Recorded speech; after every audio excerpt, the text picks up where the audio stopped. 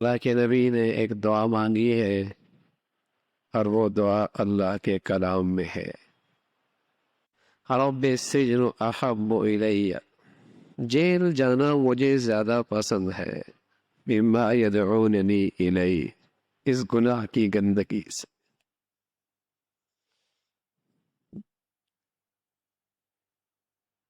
ایسی گناہ سے نفرت، ایسی اس کی برائی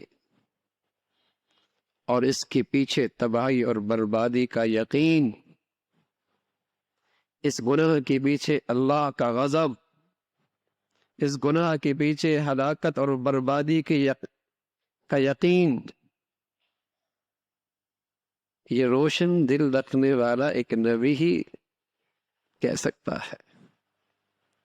روشن ضمیر، صاف دل، اسی کی بصیرت گناہ کی یہ ذلت دیکھ رہی کہ گناہ کے پیچھے کیا ذلت اور رسوائی ہے۔ کہنے لگے رب السجن احب الی مما یدعوننی الی، اے اللہ اس گناہ سے بچا لے، اگر اس کی خاطر مجھے جیل جانا پڑے تو مجھے یہ پسند ہے، جیل جانا مجھے زیادہ پسند ہے۔ تاریخ کوٹری، اور یہ بھی کوئی نہیں پتا کب تک یہ قید و بند کی صحبتیں برداشت کرنی پڑیں گی۔ اس لیے کہ بس اوقات میرے عزیزو، کوئی ایک گناہ اس پہ شرمندگی نہ ہو، بس اوقات وہ انسان اپنی پوری عاقبت برباد کر دیتا۔ کون سا گناہ موت کے وقت مصیبت بن کے آ جائے اور بغیر کلمے سے چلا جائے؟ کون سا گناہ؟ کس گناہ کے پیچھے کوئی ایسی مصیبت چھپی ہو کہ ساری زندگی کی نیکیاں صفر ہو جائے؟ کون سا گناہ موت کے وقت آڑ بن جائے، زبان پہ کلمہ جاری نہ کرنے دے؟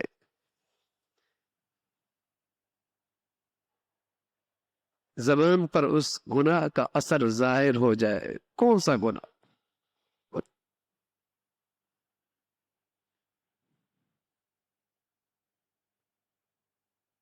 اس لیے حضرت عبداللہ ابن عباس رضی اللہ عنہ فرمایا کرتے تھے، اللہ کی نافرمانی کے پیچھے اللہ کا غضب چھپا ہوا ہوگا۔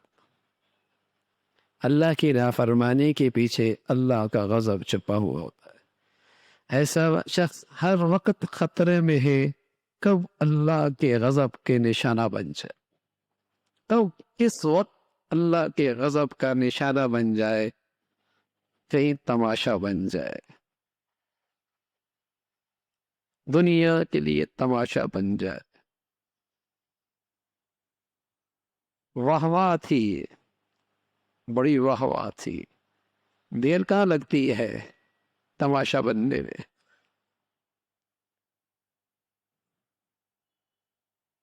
اوپر سے نیچے آنے میں اللہ کے لیے کوئی لمبے چوڑے فوج کی ضرورت کوئی نہیں، بس اس کا تو طے کرنا ہے۔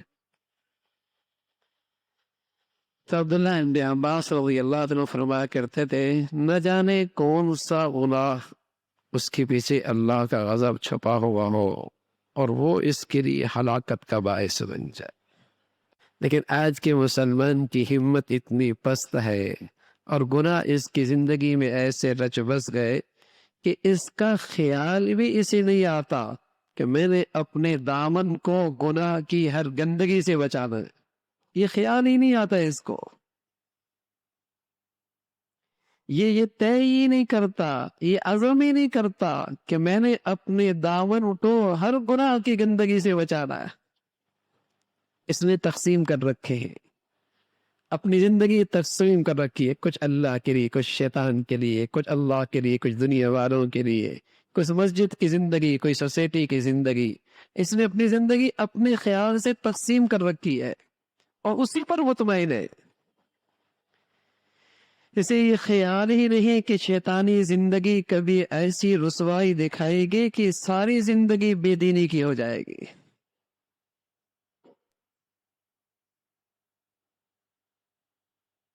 سارے نتیجہ صفر ہو جائے۔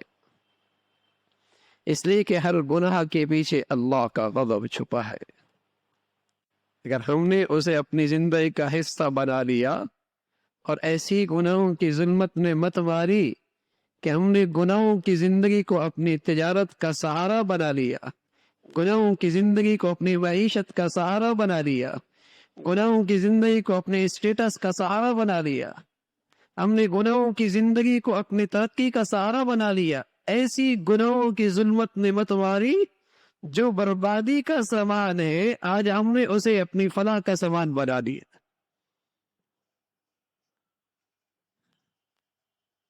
جس میں ہلاکت ہے اسی کو ہم نے اپنی نجات کا ذریعہ بنا دیا، جس میں پستی اور ذلت ہے اسی کو ہم نے اپنی کامیابی کی شہرہ سمجھ دیا۔ ایسی گناہوں کی ظلمت نے مت ماری ہے، اللہ کی نافرمانی بہت بڑی احسان فراموشی ہے۔ کب تک گناہوں کی آگ میں جلتے رہیں گے میرے عزیزو؟ اس آگ کی تپش اس دنیا میں کم ہے، قسم خدا کی موت کی کڑواہٹ اس تپش سے بھی گناہگار کے لیے زیادہ ہے، اور قبر کی بربادی اس سے زیادہ ہے، اور کل کی آگ نار اللہ الموقدہ التی تطلع الافئدہ، وہ اللہ کی آگ ہے، وہ صرف جسموں تک بس نہیں ہوگی، وہ دلوں تک بھی چھو جائے گی، دلوں تک بھی وہ آگ پہنچ جائے گی۔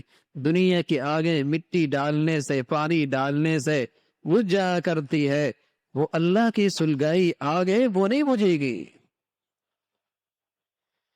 دنیا کی آگ بھی گناہوں کی شکل میں آدمی اس میں جل رہا ہے، اور موت کی کڑواہٹ اس گناہ کی نحوست سے اس سے بھی زیادہ تکلیف دہ ہوگی۔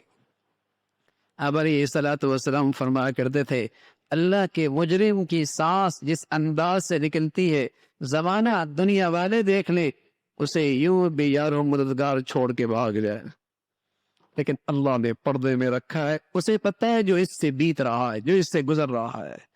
پھر مثال دی، فرمایا باریک سا کپڑا، دوپٹہ اگر جھاڑیوں میں الجھ جائے اور پھر اسے کھینچ کر نکالا جائے، جیسے وہ دوپٹہ تار تار ہو جاتا ہے، ایسی جب اس کی روح نکلتی تو جسم اس کے ٹکڑے ٹکڑے تار تار ہو جاتا۔